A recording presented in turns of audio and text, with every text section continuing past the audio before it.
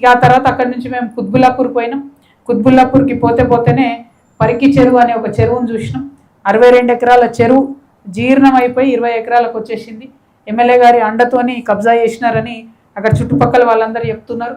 మన Jagadgiri గుట్టలో medical college మంజూరైందని చెప్పి కుత్బుల్లాపూర్ శాసనసభ్యులు వివేక్ గారు మరి అక్కడ పాలాభిషేకాలు చేసిరు, అన్ని చేసిరు, కానీ ఇంతవరకు మెడికల్ కాలేజ్ అయితే ఎక్కడ కూడా కనబడ్డ పరిస్థితి లేదు.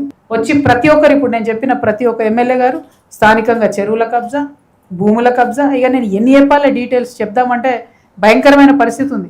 ఇక్కడ మొత్తం కుత్బుల్లాపూర్నైతే కబ్జాలపూర్ అని పెట్టేసి చిన్న పాప ఇంటి లోపలికి వచ్చిన మురుగు నీరు వస్తే అది ఎత్తిపోసుకుంటుంది. ఇందిరానగర్ ఈ 4-5 ఏరియాలు. ఇక్కడ ఎమ్మెల్యే గారు కృష్ణారావు గారు మేము ఆడ లంచ్ చేసే టైంలో ఆయన జేసీబీలు వేసుకొని అడిగిపోయాడు. పోయి ఇప్పుడు ఆడంతా క్లీన్ చేయించి బయటకు వస్తున్నాడు.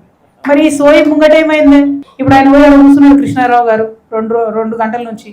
ఆయన కబ్జాలు చేసుడు బంద్ చేసి అప్పుడప్పుడు జనాన్ని చూస్తేనేమో ఏమైనా ప్రజల కష్టాలు అర్థమవుతాయి. తెల్లారులేస్తే కబ్జాలు, తెల్లారులేస్తే సెటిల్మెంట్లు, అంతే తప్పితే ప్రజలను పట్టించుకోకుండా ఉన్నారనేటటువంటి ఆరోపణలు